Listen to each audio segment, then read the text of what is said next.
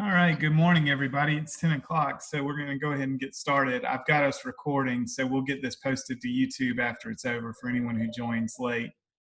I'm glad y'all are here.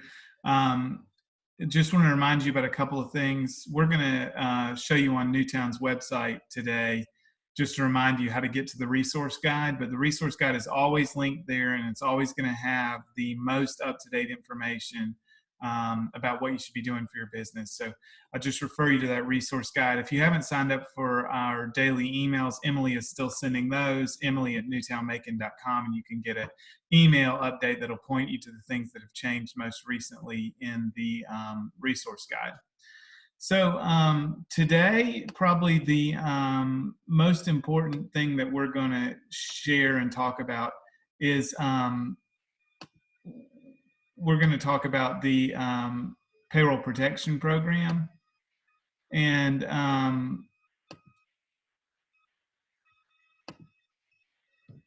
the Payroll Protection Program, there are applications live now. And so we need to direct you to your most likely resource to be able to fill out one of those. So that's going to be where we start today. And we're going to tell you, so we're going to start with James offering a little update on what we know about unemployment and some of the other programs that he's been researching. We're going to move into an overview around the Payroll Protection Program and that Bethany's going to offer.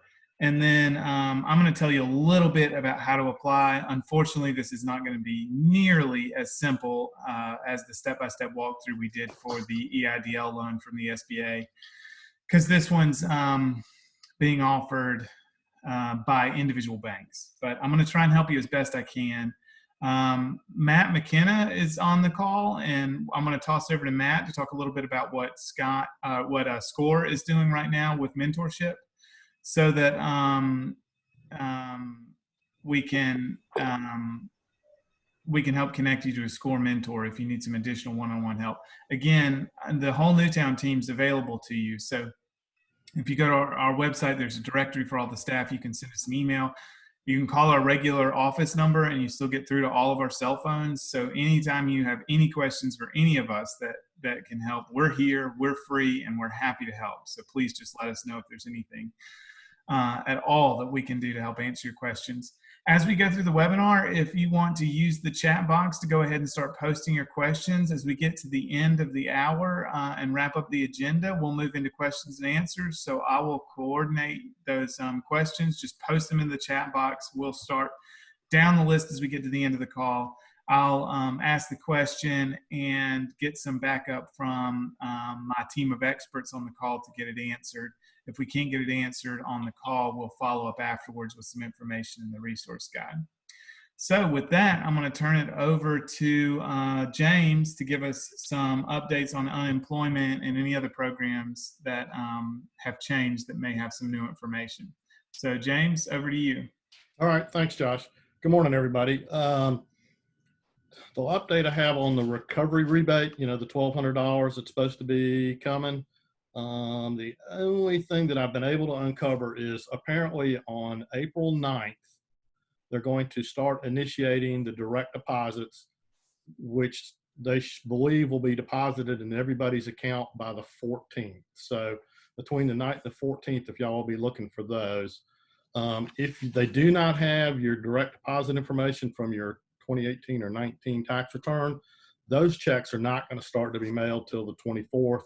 And there's a schedule by week that says you may get a check as late as September 4th. So they also talked about going and setting up a website where you could enter your direct deposit, but that has not hit. So, but anyway, the good news is between the 9th and the 14th, folks start getting their $1,200.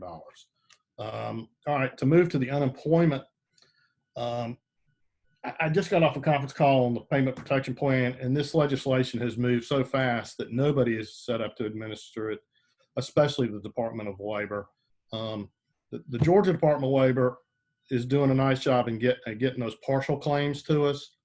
The piece that we're all hopeful for is the federal piece that comes on top that adds the $600 and extends the coverage.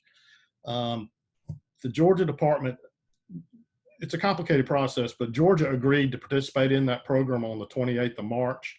And if you go to the Georgia Department website, they're expecting to get guidance from the feds on the 10th as to how to start processing the $600. The important thing that's really, I think, helpful in there is once they get guidance, then self-employed and the independent contractors will be able to go in and apply for that assistance. So we'll try to keep everybody updated as soon as there's some guidance on that, because clearly on the Georgia Department of Labor website, it says self-employed and independent contractors, please do not apply, because it'll just get turned down in the normal course of business. But hopefully by Friday, we'll have something going on there. So, you know, everybody just needs to be patient, even though I know that's really hard to do. There's two other pieces of this legislation that I'm talking about in just brief. And if you need any more clarification, just send me a note. I don't want to take up a bunch of people's time, because if you have a business that's operating and you're continuing to operate during this time, there's an employer retention tax credit that talks about being able to get a tax credit for 50% of qualifying wages up to $10,000 for each employee. So if you're operating and still paying wages, you can get up to $5,000 of a tax credit between now and the end of the year. And that happens by basically offsetting the taxes that you pay every week when you run payroll. So you got to coordinate with who processes your payroll, because Altera does ours and they've got special earnings codes you've got to set up and all that. But the good news is if you're operating and you don't get one of these small business loans, there's a tax credit. So that applies to just a handful of folks. Then the other piece, just briefly, is they created a program called Families First, which basically took the Family Medical Leave Act and kind of put it on steroids a little bit, because it allows for, if you have employees that are working and they get sick, they get 2 weeks of paid leave. And then if they have to care for family members or folks who are, you know, have to, daycares are closed and they have to do something, gives them another 12 weeks or a total of 12 weeks for job protection and some pay. And that's paid by the employers, but it directly comes as an offset to your taxes that you remit with payroll. So it's a little bit complicated too. So if anybody's still operating and they have somebody that gets sick, or somebody who's supposed to be working but can't because they got to stay home and take care of kids, just send me a note and I'll give you some more details on that. So kind of a quick update there, Josh. Great, thank you, James. That was really helpful. Not all good news, but helpful updates. So the $1,200 per person and the $500 per kid, those rebates should start rolling out in 2 days if you signed up for direct deposit. If, however, you did not sign up for direct deposit on your tax refund in 18 or 19, or you didn't even file taxes in 18 or 19, your wait could be as long as September. Is that right? Yeah. And then we're still just waiting to hear on the unemployment enhancements that are supposed to take place as part of the CARES Act. No movement there yet at all. No, they're waiting on guidance. Gosh. Okay. All right. I'm going to toss it over to Bethany. Bethany, do you mind picking up with an overview of the Paycheck Protection Program? Not at all. Can you hear me right now, for starters? Okay, then Josh, talk real loud and let me know if I've actually got my slides up. Since I messed this up last week, so, okay. Are we sharing? Can you all see my screens? Awesome, okay. Okay, everybody. So one of the big differences between this program and the economic injury disaster loan that we talked about last week, as opposed to applying directly through the SBA and essentially through an online portal, you must work with an approved SBA 7A lender. We're going to talk about that a little bit more. That's probably like the biggest kind of rub around this whole program, is getting access to it if it's a relevant program for you and your business needs. So we'll talk about that more again in a minute. Essentially, the idea behind this loan is to help all you businesses cover your staffing costs, compensation and related costs, such as paid leave, things related to benefits and such, for what they're calling the covered period, 10 weeks from February 15th through June 1st of 2020. So what the SBA is doing is creating a formula. This is apparently maybe changed just slightly as of yesterday afternoon, but I did not have time to confirm, but again, just slightly. So if you were not in business before February 15th, 2020, we know in this instance, you are not eligible for this program. So you had to have been open by February 15th of 2020 to be eligible. What they want to do is take your payroll information from February 1st of last year through June 1st and see what your average monthly staffing expenses were, and take that average and then multiply it by 250% or that 2.5 months. If you're a brand new business, you weren't open prior to June 1st of 2019, then they want your first 2 months of 2020. They're going to find that average cost and multiply it out by 2.5. Now, the great thing about this program, but also the very tricky piece, is the idea of these monies being forgiven. Essentially, so this is a great program if you have not had to lay off any of your employees to date and your intention is to keep everyone on payroll through June 1st of 2020. So if your expenses match or exceed what you spent last year for the same window, then you will get a loan amount offered to you based on that formula I just showed you, and all of those monies will be forgiven. You will not have to pay any of that money back. There are instances though where you could get partial forgiveness. Okay, so if you did lay off some of your workers, but then you rehire them back prior to June 1st, so you have some of the expenses that you had last year, you could get some partial forgiveness. And the same goes with wages. Maybe you're in a position where you cannot pay as high as you did last year because of everything from, you know, your supply chain being disrupted to business flow, cash flow being disrupted, but you can get some forgiveness. You're definitely, you know, going to need to, and there's, you know, interesting cases for seasonal workers and what have you. As Josh said, this program is so much more complicated and is so much more personalized.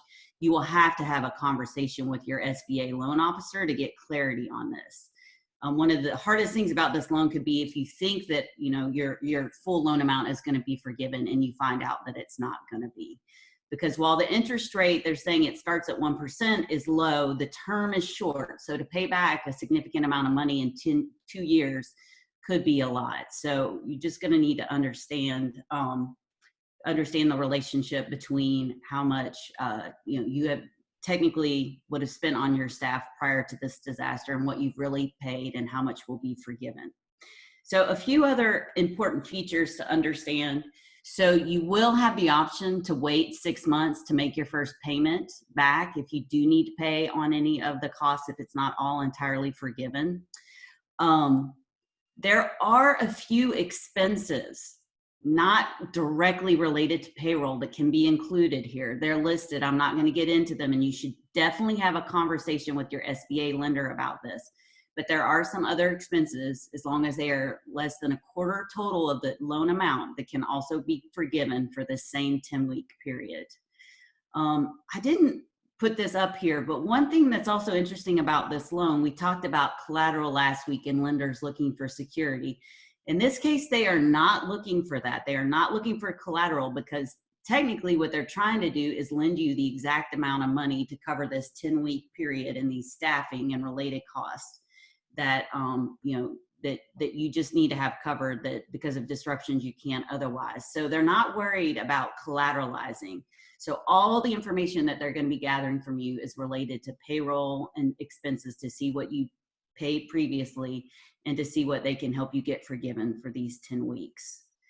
And we mentioned this last week as well. Initially, people were saying you cannot get the PPP loan and the economic injury disaster loan. Now they are saying you can, but you can't duplicate what you are spending those loan monies on. And so there's going to be some kind of verification process with the SBA to be sure that you know, you're not duplicating, but you can use both. So if this program you think could be of relevance to you, then we encourage you to look into it as well.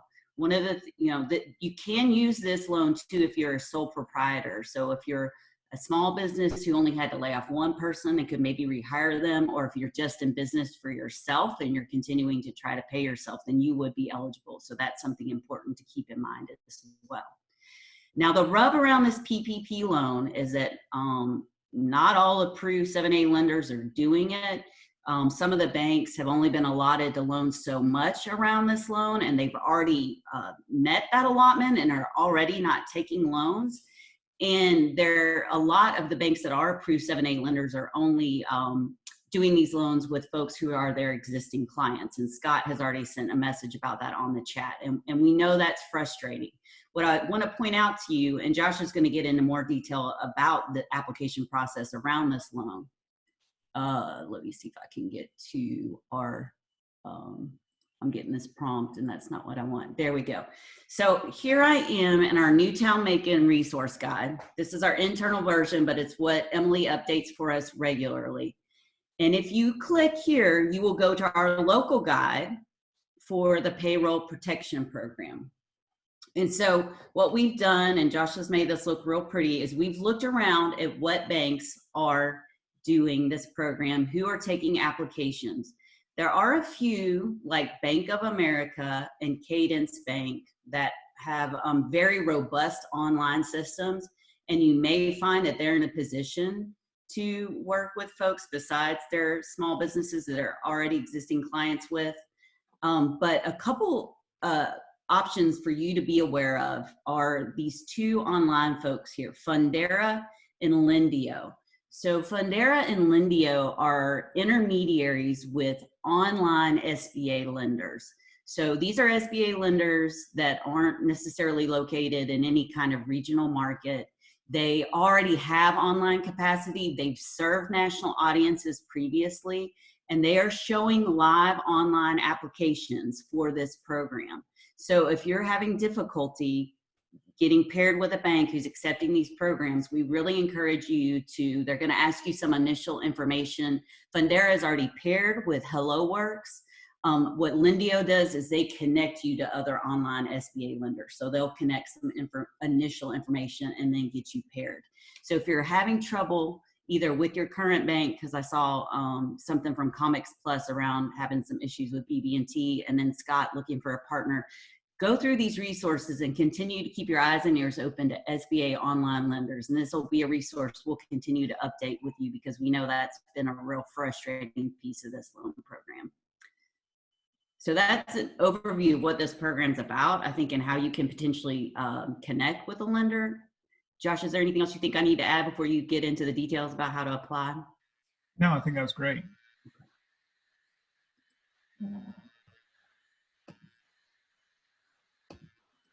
I'm going to switch over to my screen so we can walk through the rest of that sheet that Bethany just pulled up.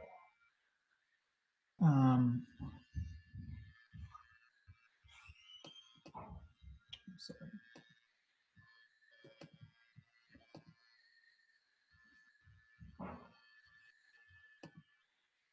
So again, if you go to NewTown Macon's website, the way to get to the COVID-19 guide is under Powering NewTown, and there's COVID-19, and here's the web page that Emily's keeping updated. And near the bottom of that web page is a link to the resource guide. The resource guide has got some links to jump to the section that interests you.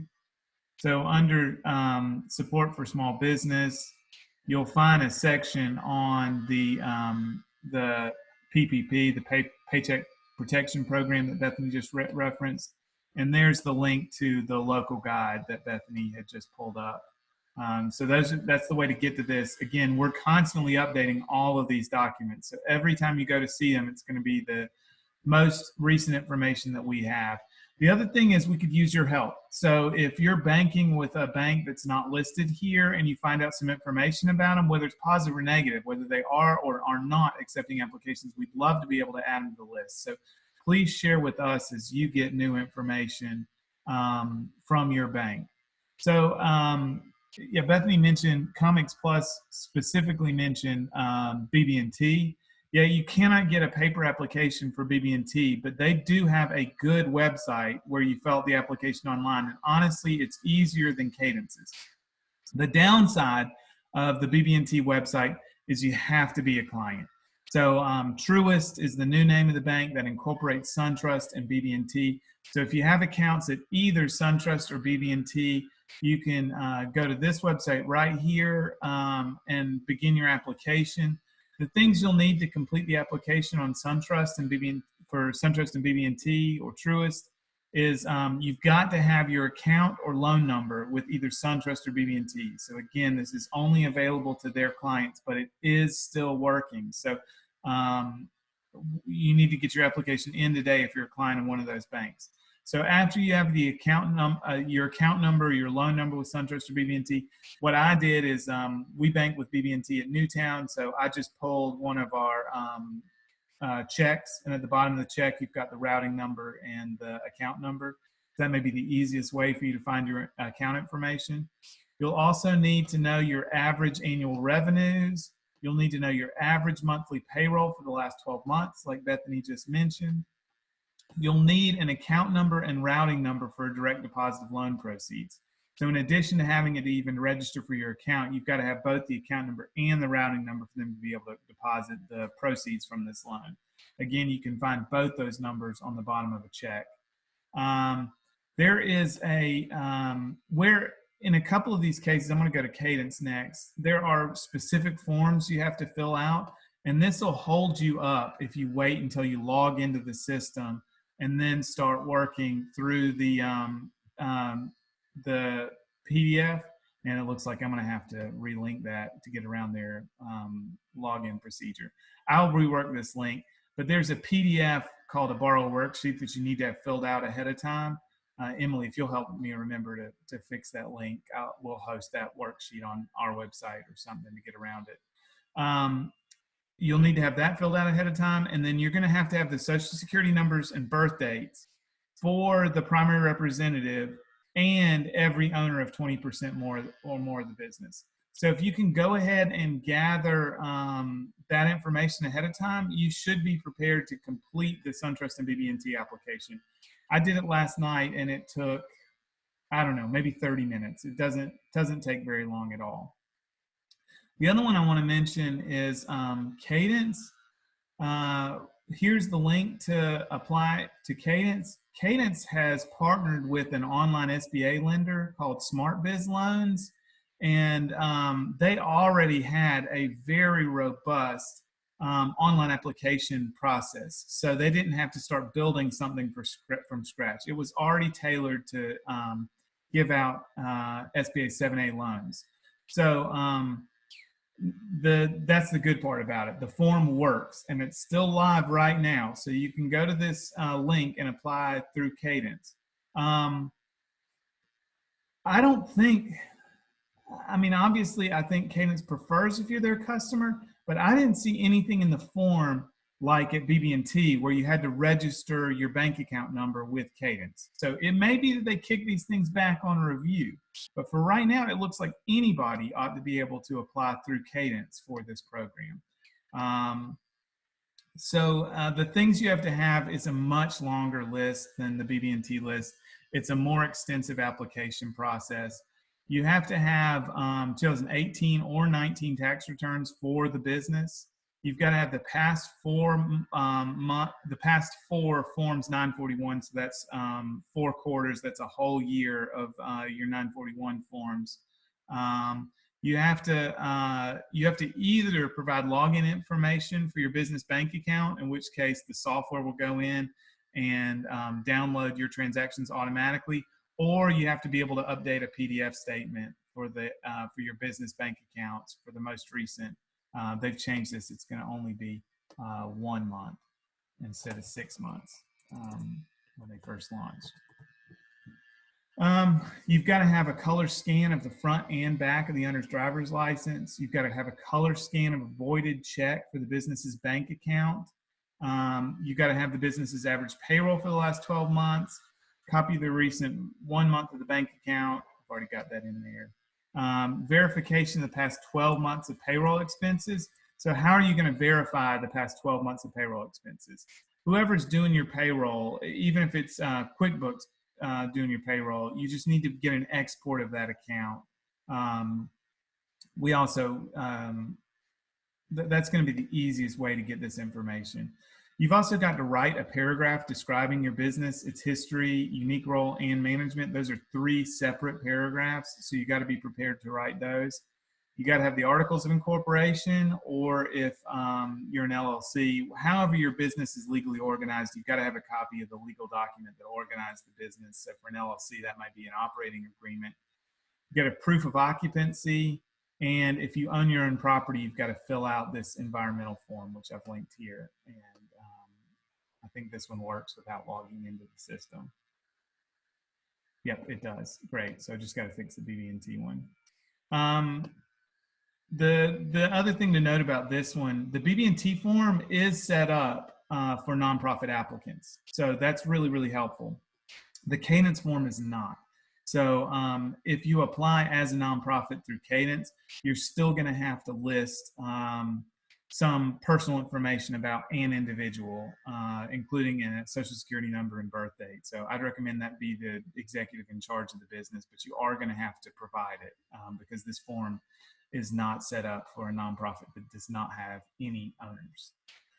So that's really everything I can tell you about the application process and the things that you can prepare ahead of time for those 2 lenders. Like Bethany said, you've got these online options if you don't have bank accounts at any of these institutions. There's some other instances like, let's see, Wells Fargo was doing this only for their customers, but they've now stopped. So there is definitely a lot of time pressure around getting these applications done. If you think this is a program that could benefit you, I would say today you need to get these applications done. Because who knows when the rest of these lenders are going to stop accepting these applications. But they're not that difficult. You can go ahead and fill them out in 30 minutes. There's also a webinar coming up. I don't know, Emily, if you got the email from Laura Mathis or Janice Ross this morning with a link to the SBDC webinar at 11 a.m. today for the Middle Georgia region. If we could pop that link into the chat, or I'll do it while Matt's talking, that would be really helpful.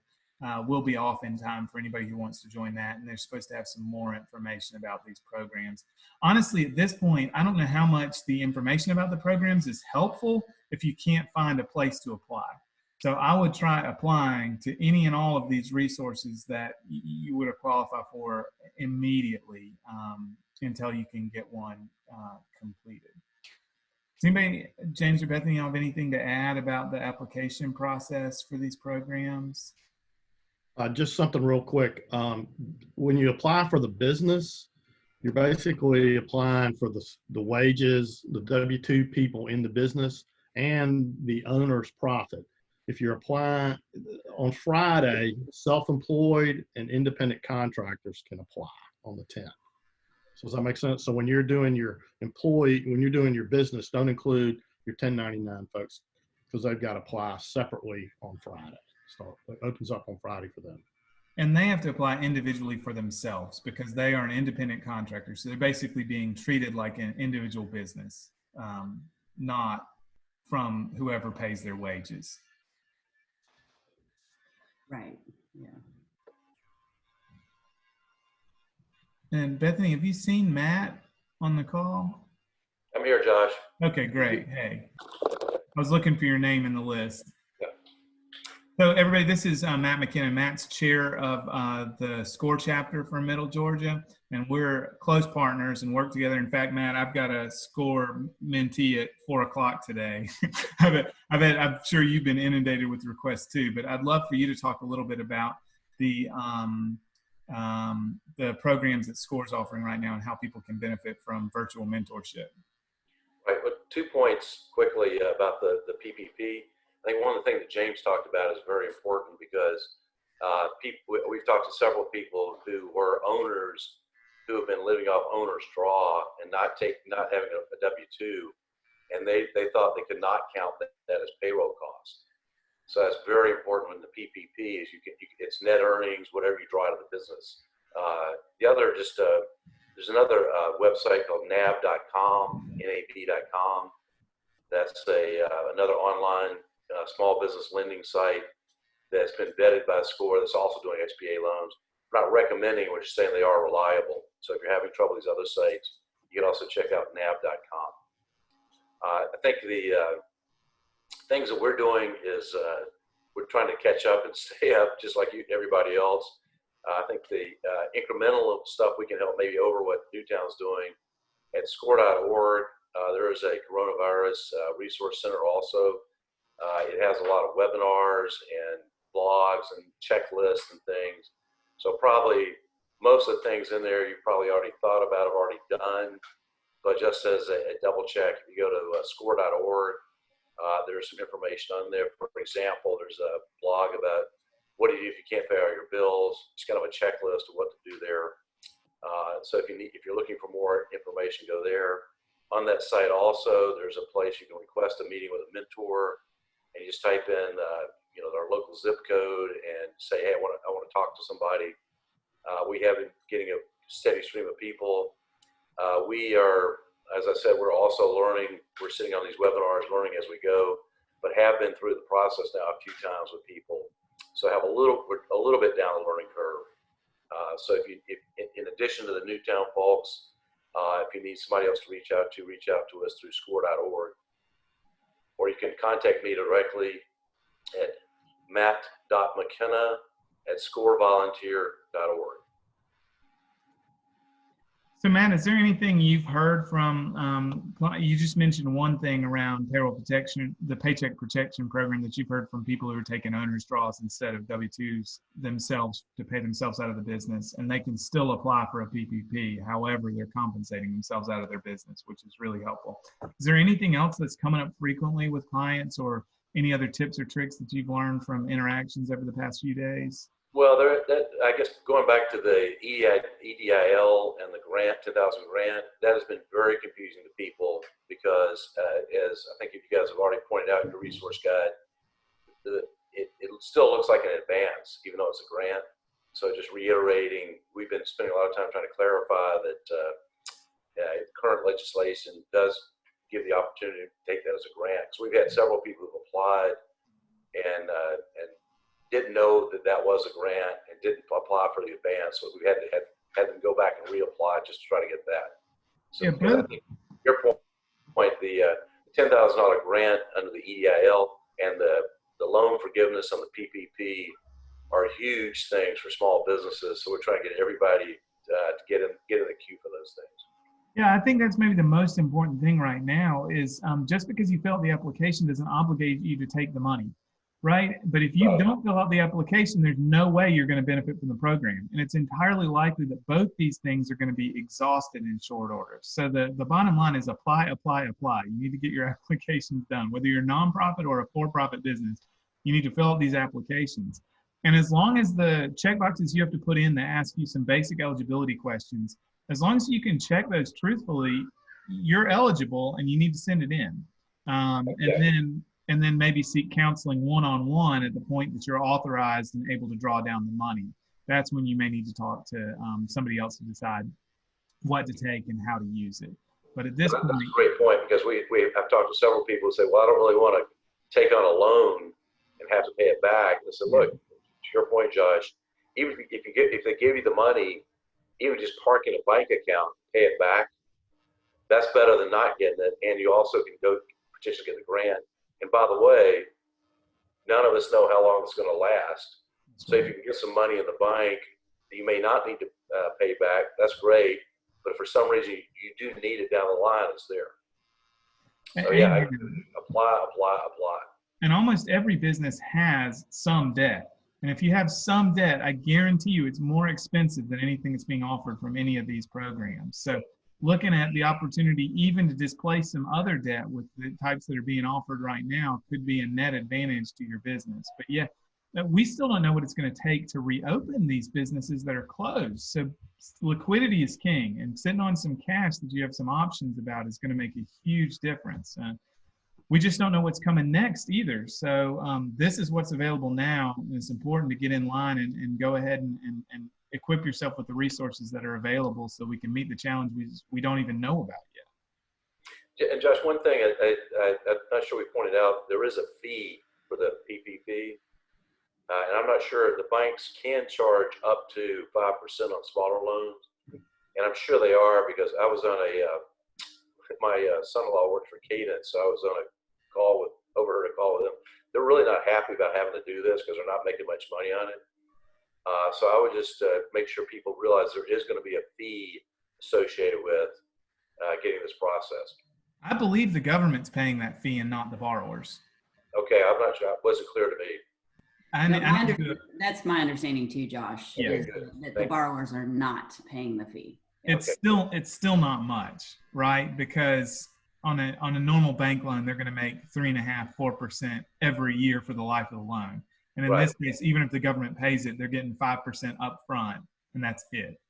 Yep. I mean, I think it may be important for us to know as applicants. It's easy to get frustrated with the banks because, they've been, the application process has been onerous. They haven't been especially helpful. Many of them have cut it off, even from their own clients, cut off the program. And it's important to understand that there are not many benefits to the banks for doing this program. So that's some of what's going on. So Matt, did you have anything else you wanted to share? If not, we've got people that are ready to talk to you over the phone. I don't think we know any more than the NewTown folks, but if you just want to talk to somebody and bounce some ideas off of us, reach out. We'd be glad to get on the phone with you. That's great. So I'm going to start back in the chat with the questions, and Bethany, James, Matt, Emily, any of y'all who can chime in to answer these, please feel free to do so. The first question I've got up is Scott, and Scott's bank is not offering this program, and he's wondering how he can apply through somewhere else. So we've got those informations with Lendio and Fundera, and I'm going to vet and add nav.com on Matt's recommendation as soon as we get off the call with links there. So I would say go ahead and use one of those resources. The next one's from Felicia. Are there any resources to help owners who currently don't have any employees, such as with unemployment or grants? Does anybody want to chime in with an answer to Felicia's question? I guess just to reiterate, the Payroll Protection Program includes the owner. Yep. So even if you don't have any employees, and even if you've just been taking a draw out of the business and if you're not paying yourself W-2, that still counts as payroll costs. Yeah. So, I mean, that's number one, Felicia. So you can go ahead and apply for the Paycheck Protection Program for whatever compensation you've been drawing out of the business prior to now. And I think, James, the owner can also unemploy themselves, right? I mean, probably not the best decision right now because the $600 hadn't been added, but at some point in the future, that may be more than an owner's draw for some of these businesses. Yeah, it'll be interesting to see what the guidance is, because it's supposed to add, right, self-employed and contract folks into that program when they get it going. So that would I mean, the answer is we believe that's going to be the right. Plus the little EDIL grant, that's the $10,000. So you ought to be able to apply for that too, don't you think? Yeah, absolutely. Yeah, if you've not applied for EIDL, you need to do that immediately. And then, yes, the Paycheck Protection Program, you're eligible to apply for this same as everybody else. And so that's what you need to do right now. In the future, we're thinking there's some changes to unemployment that may be a better option. Those are not available yet. When they are, we'll let you know and help you weigh out what's the better option. So Annette asked, does average annual payroll mean gross payroll? And James, you had to do this calculation for us. Can you talk through a little bit about what all goes into the payroll calculation? Yes, it is gross. And we used, what do we use, Josh? Medicare wages, because it accounts for the 401k withholding. So yeah, it's gross. Plus then we added monies that we pay for health insurance and disability insurance and 401k costs. So it was gross on top. It was gross plus gross. Healthcare too, right? Yeah, healthcare and retirement. And retirement, yeah. So it's really all the costs that the business bears to compensate its employees, including the benefits that go along with that. So the next question Matt posted, a question and an answer, right? I Yeah. like that. So Matt's got some information. What counts as payroll costs? So he's got a categorical list already in the chat. I should have kept reading instead of just doing this. I just cut and paste that out of the fact sheet that the SBA sent about the PPP. That's great.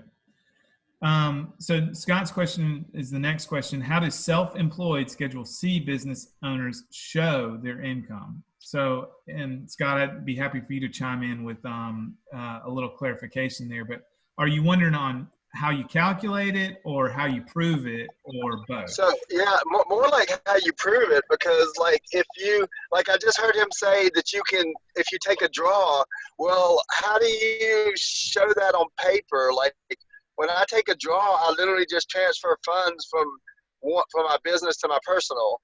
So Yeah. how do I show that on paper? That's a great question. I don't have an easy answer. Does anybody else have one? Well, you can copy your bank statements, right, and highlight the draw.